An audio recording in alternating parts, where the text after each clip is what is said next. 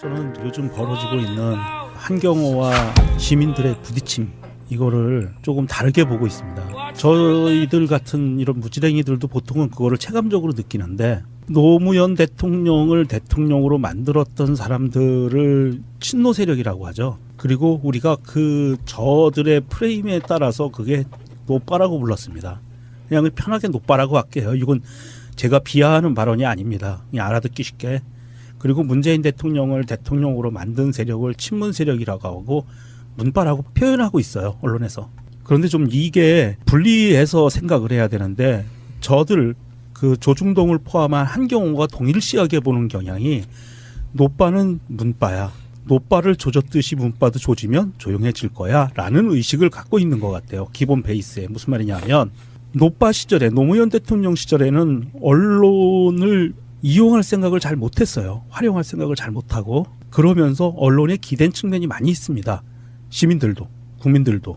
정권을 바꿨음에도 불구하고 언론에 기대어서 언론과 손을 잡고 무엇인가를 하려고 했는데, 언론 입장에서 보면은 굉장히 거치적거리는 존재죠. 왜냐? 항상 감시의 눈길이 따라붙고 견제가 들어오는 거는 자기들이 싫거든요. 아까 말씀하신 사부라고 표현할 수 있는데, 이 사부라는 거는 삼부를 감시하고 견제하고 할 수 있는 권한을 스스로 가졌다라고 하는 자부심의 발로예요. 그 말이 나온 게.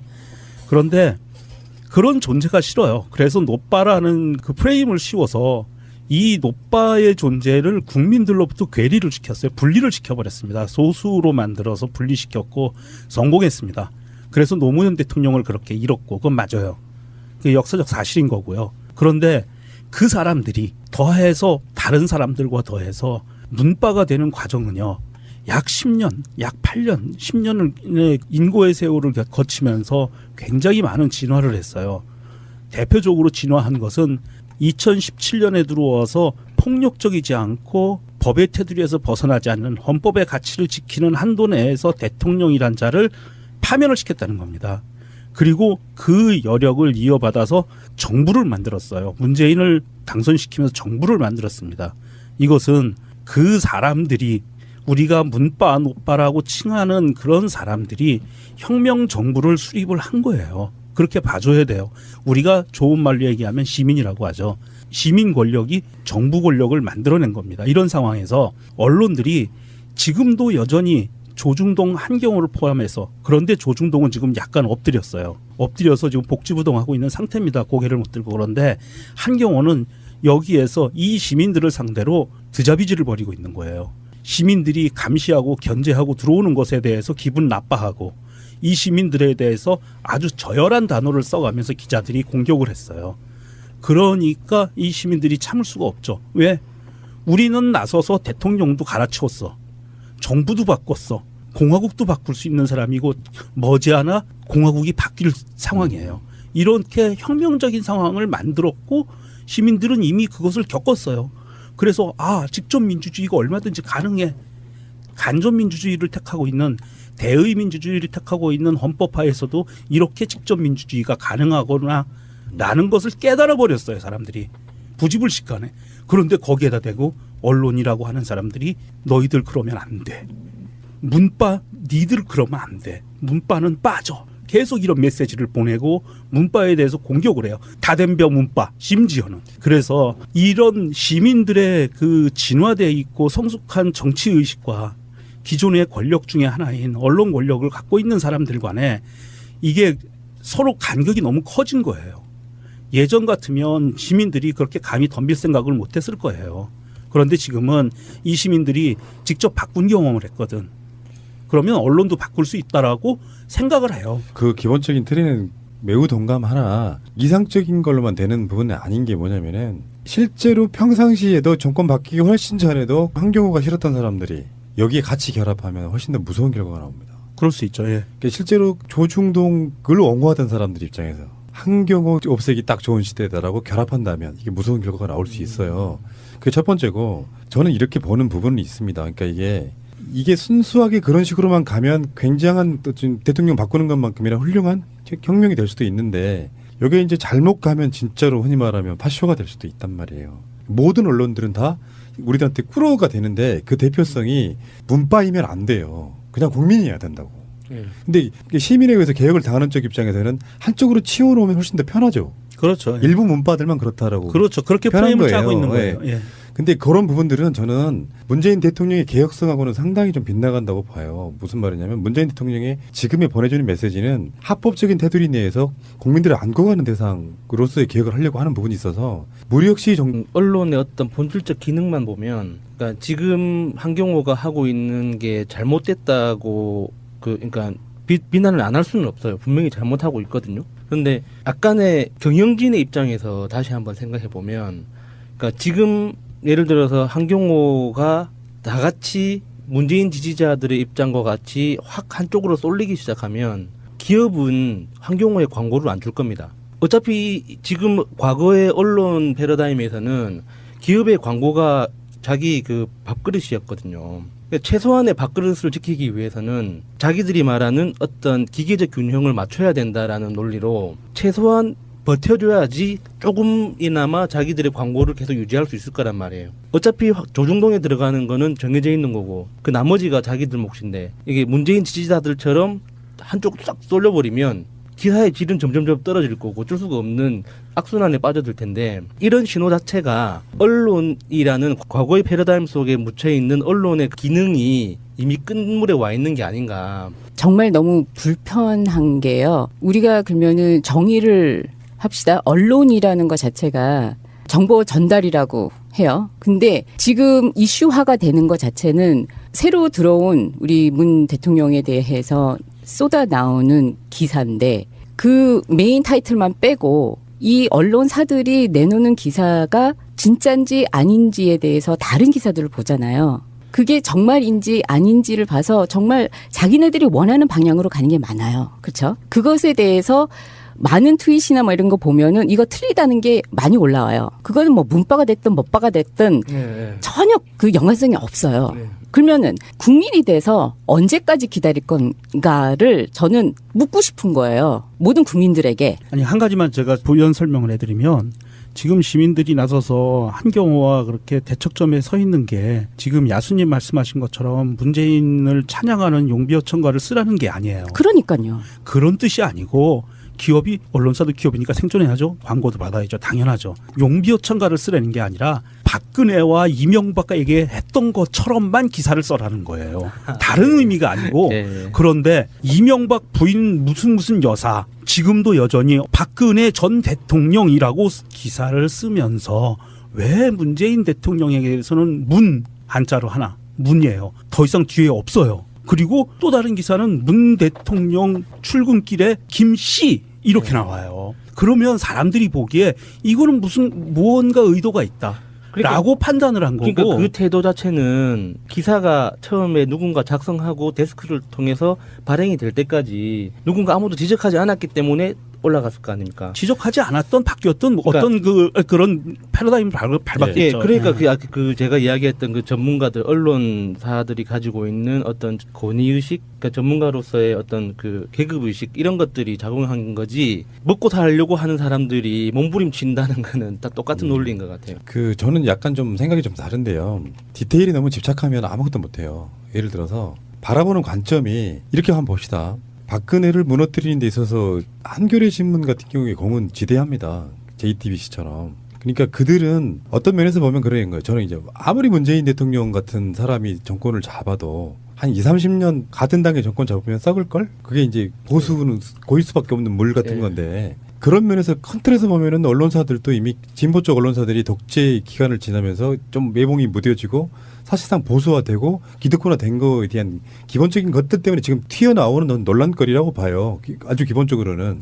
그리고 아까 말씀드린 것처럼 예전에 운동하던 시대의 그 느낌으로 지금의 진보 언론사를 보는 것도 어불성설이고요. 실제로 지금 민주화가 돼버렸거든요. 문재인 대통령이 다시 이렇게 집권함으로써 새로운 패러다임이 필요하긴 한데, 노무현 대통령이 잃었던 사람들 입장에서 보면 또다시 그런 방식으로 악순환이 돼서 변절자의 최후처럼 권력자가 권력을 잃으면 어느 순간에 조중보다 더 먼저 달려서 물러 뜯을까 봐 이런 건데, 디테일이 집착하는 건 뭐냐면은 아까 말한 것처럼 무슨 이제 하도 그들이 하는 꼴이 꼴사납고 믿었던 대상이기 때문에 더 배신감을 느낄 수도 있는데, 저는 그 기사 헤드라인을 그렇게 큰 문제 있다고 생각하지는 않았어요. 그러니까 일반화되어 있는 한자로 문, 그게 갖는 게 저는 그것을 낮춘다고 생각하진 않았고요. 예를 들면 박근혜 같은 경우는 호칭이 되게 애매해요. 뭐 예를 들면 써왔던 습관이 있기 때문에 전 대통령 박씨 이렇게 하기는 좀 애매한 부분이 있어가지고 그거를 호칭 갖고 형평성을 좀 벗어났다고 좀 보긴 좀 그렇고 그런 디테일에 집착하기보다는 언론사들이 지금 만약에 한겨레나 경향이나 이런 데서 실제로 기존의 선거들에서 어떻게 기사를 쏟아냈는가 그리고 왜 우리가 진짜 봐야 될 데이터는 뭐냐면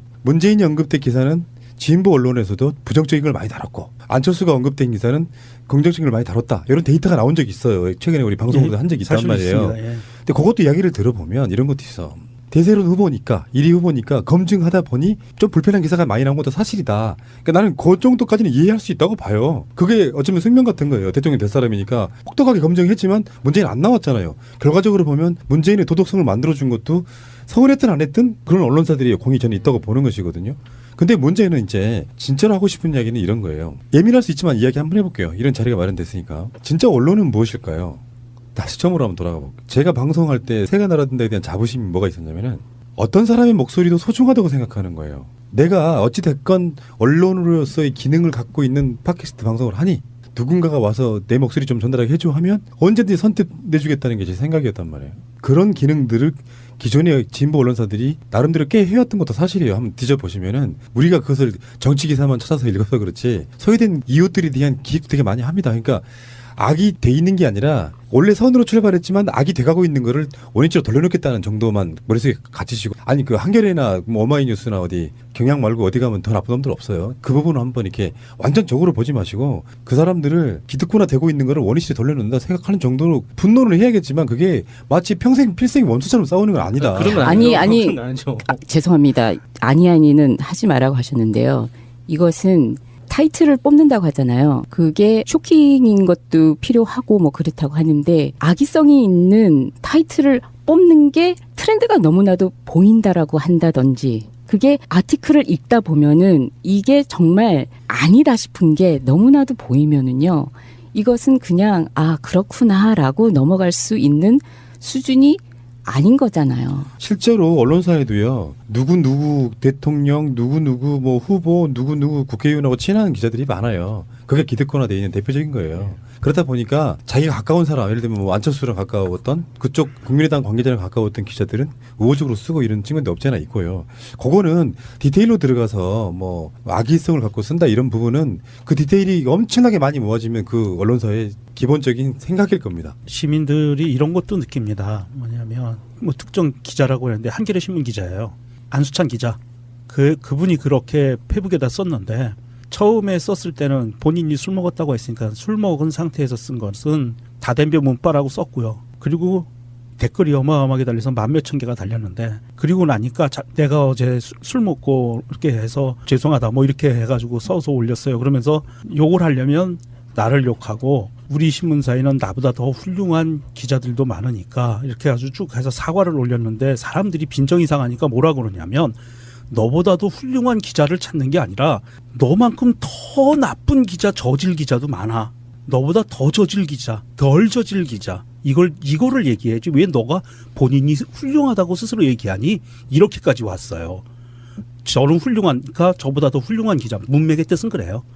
그렇게까지 와서 시민들과 부딪히는 거거든요. 그런데 저는 정말 답답한 게 언론사에서 사과문을 했어요. 미디어오늘도 냈고요. 제일 먼저 미디어오늘에서는 그 기자가 시민들을 향해서 개 그리고 네 주인한테 가서 이런 표현을 했어요. 그래서 그것 때문에 난리가 나니까 1차가 미디어오늘에서 사과문을 냈고 2차가 한겨레 신문에서 사과문을 냈는데 한겨레 신문은 제호하고 몇 개 단어만 수정해서 복사해서 붙여넣기 했어요. 미디어오늘 사과문을 똑같이. 글자 수도 거의 비슷해요. 그렇게 됐고 오마이뉴스에서는 해명서를 냈어요. C라고 붙이는 거에 대한 해명서를 그런 거를 냈고 했는데 제가 답답하다고 느끼는 거는 자 언론사에서 사과문까지 냈어요. 그러면 거기에서 스톱할 수 있는데 불구하고 계속 불씨를 던져주는 거는 그 후속 기사가 점점 더 감정을 건드리는 기사들이 나와요. 아까 말씀드린 것처럼 극단적으로 기사에서 문 쉼표 찍고 이렇게 기사가 나오거나 문 대통령 출근길에 김씨 이렇게 나와버려요. 그 전에 그런 게 없었어요. 근데 사과문이 나오고 나서 그 기사가 확 튀어나오니까 사람들이 도는 거예요. 그래서 너들 정말 한번 해보자겠다는 거야? 이렇게 나오는 거예요. 지금 상황은 그렇게 벌어지고 있어서 언론사들 보면 참 답답한 마음이 느껴요. 언론사가 시민을 제어하려고 하는 이 모습이 답답한데 그 CBS의 변상욱 대기자가 오죽 답답하면 트윗에 이런 글을 썼습니다. 2개를 썼는데요. 읽어드리겠습니다. 요거까지만 읽어드리고 저는 이제 말을 닫을게요. 기자들에 대한 비난이 아프고 때로 너무한다 싶은 것도 물론 있다. 내게도 많은 욕설과 조롱이 온다. 그러나 기자는 적으로 삼아 마땅한 공적들에게 적이 되어 싸우는 것이지 독자, 시민을 적으로 돌릴 수는 없다. 그 어떤 상황에서도 존중하며 속뜻을 해야 되어야 이렇게 썼고요. 하나는 쓰레기라는 비난을 듣는데 누구라도 서운하고 때로 험한 욕까지 들으면 울컥하는 건 인지상정. 그러나 결국 용기를 내야 하는 건 그 순간이다. 온유하게 겸손하게 한 번 더 온유하고 겸손하게 그리고 끝까지 온유하고 겸손하게 이렇게 글을 올렸어요. 기자가 가져야 될 언론사가 가져야 될 태도의 문제라는 거죠. 이것을 이 변상욱 대기자는 정말 제 가슴에 와닿는 문구를 썼더라고요. 물론 이거는 언론에게만 해당되는 말이 아니에요. 우리 시민들에게도 해당되는 말이에요. 아까 푸른나무님이 얘기한 것처럼 그 언론사를 죽여야 되느냐? 아니요. 죽이면 안 되죠. 우리 편이 되어줄 사람들인데 기관인데 죽일 수는 없는데 언론들이 조금 빨리 정신을 차렸으면 좋겠다. 사람들은 그들이 우리 편이 돼주길 바래요. 그 생각을 바꿔야 된다고요. 언론이 누구 편이라고 하는 것 자체가 언론이 아니라는 걸 증명하는 거란 말이에요. 그러니까 우리는 진보 언론사와 조중동을 분리하려고 하지만 그들은 대놓고 누구 편을 섰던 사람들이고 최소한 이쪽에 우리 편 들어줄 사람들이 반은 저쪽 팔고 반은 이쪽 팔고 반은 저쪽 비판하고 반은 이쪽 비판하니까 근데 심리적으로 우리 편이라고 생각했던 사람들이 하는 짓 보면 왜 남의 덕이 더 커 보이잖아요. 상대방 후보에 대해서 칭찬하면서 훨씬 칭찬 많이 한 것 같고 우리 편 칭찬하면 좀 짜게 한 것 같고 이런 심리도 분명히 작용한다고 보는 거거든요. 그러니까 아까 말한 그 태도 문제라는 게 뭐냐면은 그러니까 아까 말한 것처럼 일단 문바란 용어로 사용하면 안 된다고요. 네. 특정화 시켜버리는 순간에 특정 계층만의 무슨 뭐 다구리 이렇게 돼버리면 안 되는 것이고 그 말은 누구도 쓰면 안 되는 말이라고 생각해요.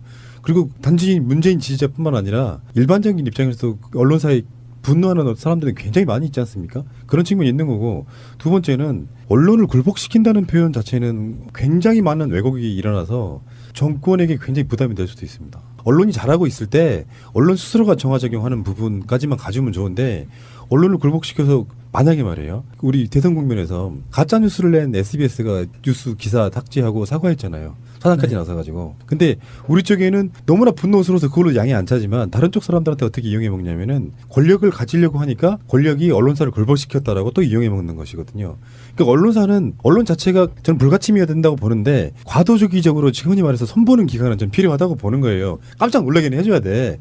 해주는데 이 사람들이 우리가 정말 아주 어렸을 때 봤던 그 투철한 민주의식 갖고 있는 사람들이 아니라는 일단 전제. 그리고 그 사람 자기 이익을 위해서 싸우는 거죠. 어떻게 보면은. 그게 가장 먼저라는 존재를 인식한 뒤에 국민들이 특정 후보의 지지자들이 진보 언론사를 극복시켰다 이런 프레임으로 가면 무조건 지는 게임이에요. 그 말씀을 드리고 싶고 어쨌건 다시 이제 마무리를 한 번 더 하자 그러면 언론사들이 갖는 오랜 시간 동안의 관성, 패배의식에 절은 진보 언론사.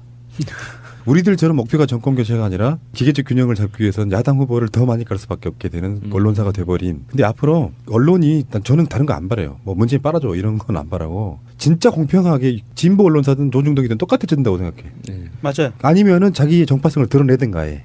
민주 진보 쪽을 지지할래라고 드러내든가 해. 그것도 저것도 아니면서 간에부터 썰개부터 다 하다가 기계적 균형만 잡고 기계적 균형만 잡으면 진정성이 안 보이는 거거든요. 진짜로 사랑하면 상대방에 대해서 기계적 균형을 잡으면서도 더 애착이 가는 기사가 나와요. 예. 그 논평이든 기사든 간에. 기계적 균형만 잡아도 굉장히 괜찮다고 봐요. 예, 기계적 균형도 잡지 않고 오늘자 뉴스에는 모 신문사에서는 서훈 국정원장 후보자 부인이 상가 점포 6곳에서 뭐 월세를 얼마를 받았다는 이런 거를 단독 뉴스로 기사를 내요. 월세 받으면 안 되나? 그러니까 불법이 아닌데. 그게 단독이라고 하면 특정 불법인 것 같은데 네. 자기들이 알아낸 있는 팩트다 이거잖아요. 그렇죠. 예. 죄가 불법도 아니고. 아이씨. 예. 이러니까 화가 나는 거예요, 사람들은. 그거랑 똑같은 거네. 서훈 국정원장 후보자 화장실 다녀와. 그렇죠. 화장실 가서 20분 있다 다녀. 그걸 단독이라고 하니 불법적인 것도 없는데. 그럼. 그렇죠. 좀 심하네. 어디예요, 근데 거기가? 한겨레. 에이씨, 나 진짜 큰일 났네. 문재인 대통령은 변호사 시절에 한결이 어렵다고 2억 대출 받아가지고 이혼의 그 위험을 시절에 무릅쓰고. 2억이면 보통 돈도 아니고 이거 안 파셨으면 지금도 주주일 거 아니에요. 혁명적인 상황을 만들었고 시민들은 이미 그것을 겪었어요. 그래서 직접 민주주의가 얼마든지 가능해. 간접 민주주의를 택하고 있는 대의 민주주의를 택하고 있는 헌법하에서도 이렇게 직접 민주주의가 가능하거나 라는 것을 깨달아 버렸어요. 사람들이 부지불식간에. 그런데 거기에다 대고 언론이라고 하는 사람들이 너희들 그러면 안 돼. 문바 니들 그러면 안 돼. 문바는 빠져. 계속 이런 메시지를 보내고 문바에 대해서 공격을 해요. 다된벼 문바 심지어는. 그래서 이런 시민들의 그 진화돼 있고 성숙한 정치 의식과 기존의 권력 중에 하나인 언론 권력을 갖고 있는 사람들 간에 이게 서로 간격이 너무 커진 거예요. 예전 같으면 시민들이 그렇게 감히 덤빌 생각을 못했을 거예요. 그런데 지금은 이 시민들이 직접 바꾼 경험을 했거든. 그러면 언론도 바꿀 수 있다라고 생각을 해요. 그 기본적인 틀에는 매우 동감하나 이상적인 걸로만 되는 부분은 아닌 게 뭐냐면은 실제로 평상시에도 정권 바뀌기 훨씬 전에도 한경호가 싫었던 사람들이 여기에 같이 결합하면 훨씬 더 무서운 결과가 나옵니다. 그럴 수 있죠. 예. 그러니까 실제로 조중동을 옹호하던 사람들 입장에서 한경호 없애기 딱 좋은 시대다라고 결합한다면 이게 무서운 결과가 나올 수 있어요. 그게 첫 번째고 저는 이렇게 보는 부분은 있습니다. 그러니까 이게 순수하게 그런 식으로만 가면 굉장한 또 지금 대통령 바꾸는 것만큼이나 훌륭한 혁명이 될 수도 있는데 여기에 이제 잘못 가면 진짜로 흔히 말하면 파쇼가 될 수도 있단 말이에요. 모든 언론들은 다 우리들한테 꾸러가 되는데 그 대표성이 문바이면 안 돼요. 그냥 국민이야. 저는 요즘 벌어지고 있는 한경호와 시민들의 부딪힘 이거를 조금 다르게 보고 있습니다. 저희들 같은 이런 무지랭이들도 보통은 그거를 체감적으로 느끼는데 노무현 대통령을 대통령으로 만들었던 사람들을 친노 세력이라고 하죠. 그리고 우리가 그 저들의 프레임에 따라서 그게 노빠라고 불렀습니다. 그냥 편하게 노빠라고 할게요. 이건 제가 비하하는 발언이 아닙니다. 그냥 알아듣기 쉽게. 그리고 문재인 대통령을 대통령으로 만든 세력을 친문 세력이라고 하고 문바라고 표현하고 있어요. 언론에서. 그런데 좀 이게 분리해서 생각을 해야 되는데 저들 그 조중동을 포함한 한경호가 동일시하게 보는 경향이 노빠는 문바야. 노빠를 조졌듯이 문바도 조지면 조용해질 거야 라는 의식을 갖고 있는 것 같아요. 기본 베이스에. 무슨 말이냐면 노빠 시절에 노무현 대통령 시절에는 언론을 이용할 생각을 잘 못했어요. 활용할 생각을 잘 못하고 그러면서 언론에 기댄 측면이 많이 있습니다. 시민들도 국민들도 정권을 바꿨음에도 불구하고 언론에 기대어서 언론과 손을 잡고 무엇인가를 하려고 했는데 언론 입장에서 보면은 굉장히 거치적거리는 존재죠. 왜냐? 항상 감시의 눈길이 따라붙고 견제가 들어오는 거는 자기들이 싫거든요. 아까 말씀하신 사부라고 표현할 수 있는데 이 사부라는 거는 삼부를 감시하고 견제하고 할 수 있는 권한을 스스로 가졌다라고 하는 자부심의 발로예요. 그 말이 나온 게. 그런데 그런 존재가 싫어요. 그래서 노빠라는 그 프레임을 씌워서 이 노빠 지금 이슈화가 되는 것 자체는 새로 들어온 우리 문 대통령에 대해서 쏟아 나오는 기사인데 그 메인 타이틀만 빼고 이 언론사들이 내놓는 기사가 진짠지 아닌지에 대해서 다른 기사들을 보잖아요. 그게 정말인지 아닌지를 봐서 정말 자기네들이 원하는 방향으로 가는 게 많아요. 그렇죠? 그것에 대해서 많은 트윗이나 뭐 이런 거 보면은 이거 틀리다는 게 많이 올라와요. 그거는 뭐 문바가 됐든 멋바가 됐든 전혀 그 연관성이 없어요. 그러면은 국민이 돼서 언제까지 기다릴 건가를 저는 묻고 싶은 거예요. 모든 국민들에게. 아니 한 가지만 제가 부연 설명을 해드리면 지금 시민들이 나서서 한경호와 그렇게 대척점에 서 있는 게 지금 야수님 말씀하신 것처럼 문재인을 찬양하는 용비어천가를 쓰라는 게 아니에요. 그러니까요. 그런 뜻이 아니고 기업이 언론사도 기업이니까 생존해야죠. 광고도 받아야죠. 당연하죠. 용비어천가를 쓰라는 게 아니라 박근혜와 이명박에게 했던 것처럼만 기사를 써라는 거예요. 다른 의미가 아니고 그런데 이명박 부인 무슨 여사 지금도 여전히 박근혜 전 대통령이라고 기사를 쓰면서 왜 문재인 대통령에게서는 문 한자로 하나 문이에요. 더 이상 뒤에 없어요. 그리고 또 다른 기사는 문 대통령 출근길에 김씨 이렇게 나와요. 그러면 사람들이 보기에 이거는 무슨 무언가 의도가 있다. 라고 판단을 한 거고. 그러니까 그 태도 자체는 기사가 처음에 누군가 작성하고 데스크를 통해서 발행이 될 때까지 누군가 아무도 지적하지 않았기 때문에 올라갔을 거 아닙니까? 지적하지 된다고. 예. 근데 이게 시민에 의해서 개혁을 당하는 쪽 입장에서는 한쪽으로 치워놓으면 훨씬 더 편하죠. 그렇죠. 일부 문파들만 그렇다라고. 그렇죠. 그렇게 편한 프레임을 거예요. 짜고 있는 거예요. 예.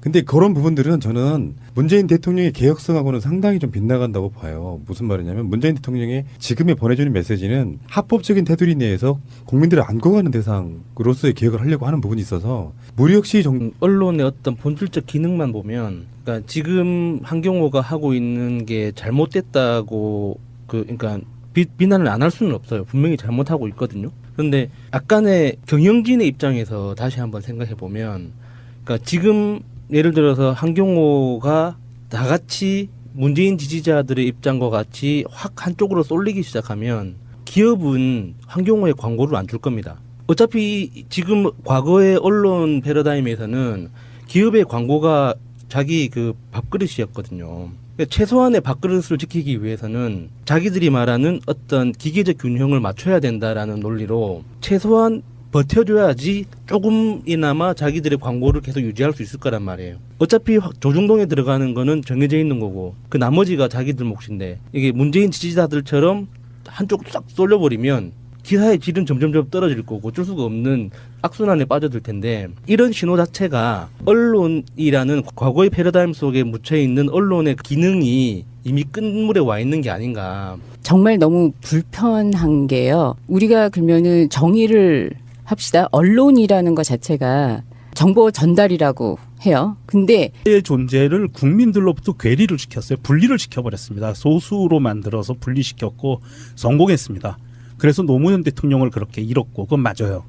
그게 역사적 사실인 거고요. 그런데 그 사람들이 더해서 다른 사람들과 더해서 문바가 되는 과정은요, 약 10년, 약 8년, 10년의 인고의 세월을 거치면서 굉장히 많은 진화를 했어요. 대표적으로 진화한 것은 2017년에 들어와서 폭력적이지 않고 법의 테두리에서 벗어나지 않는 헌법의 가치를 지키는 한도 내에서 대통령이란 자를 파면을 시켰다는 겁니다. 그리고 그 여력을 이어받아서 정부를 만들었어요. 문재인을 당선시키면서 정부를 만들었습니다. 이것은 그 사람들이, 우리가 문바, 노빠라고 칭하는 그런 사람들이 혁명 정부를 수립을 한 거예요. 그렇게 봐줘야 돼요. 우리가 좋은 말로 얘기하면 시민이라고 하죠. 시민 권력이 정부 권력을 만들어낸 겁니다. 이런 상황에서 언론들이 지금도 여전히 조중동 한경호를 포함해서, 그런데 조중동은 지금 약간 엎드렸어요. 엎드려서 지금 복지부동하고 있는 상태입니다. 고개를 못 들고. 그런데 한경호는 여기에서 이 시민들을 상대로 드자비질을 벌이고 있는 거예요. 시민들이 감시하고 견제하고 들어오는 것에 대해서 기분 나빠하고, 이 시민들에 대해서 아주 저열한 단어를 써가면서 기자들이 공격을 했어요. 그러니까 이 시민들이 참을 수가 없죠. 왜? 우리는 나서서 대통령도 갈아치웠어. 정부도 바꿨어. 공화국도 바꿀 수 있는 사람이고 머지않아 공화국이 바뀔 상황이에요. 이렇게